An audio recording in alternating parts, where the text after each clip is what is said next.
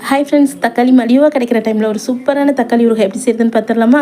இந்த மாதிரி தக்காளி எடுத்து வச்சுக்கோங்க. பாருங்கள், இதில் காம்பெல்லாம் எடுத்துகிட்டு வாஷ் பண்ணி வச்சுருக்கேன். இந்த தக்காளி கலர் பாருங்களேன், எவ்வளோ அழகாக இருக்குல்ல, ரொம்ப சூப்பராக இருக்குல்ல அந்த கலரு.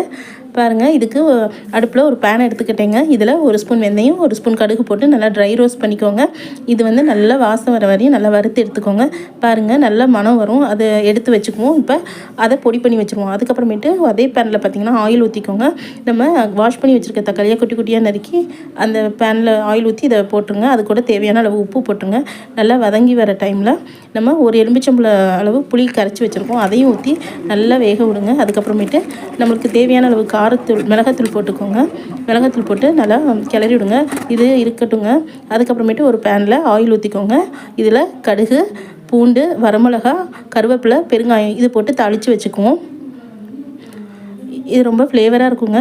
பாருங்கள், இப்போ நம்ம எண்ணெய் பிரிஞ்சு வர டைமில் நம்ம அரைச்சி வச்சுருக்கோம் பார்த்திங்களா, கடுகு வெந்தய பொடியும் போட்டுட்டு நம்ம தாளித்து வச்சுருக்கோம் பார்த்திங்களா, நம்ம தாளிப்பையும் கொட்டி எண்ணெய் பிரிஞ்சு வர அளவு நம்ம கிளறி விட்டோம்னா ஒரு சூப்பரான தக்காளி ஊறுகாய் ரெடிங்க.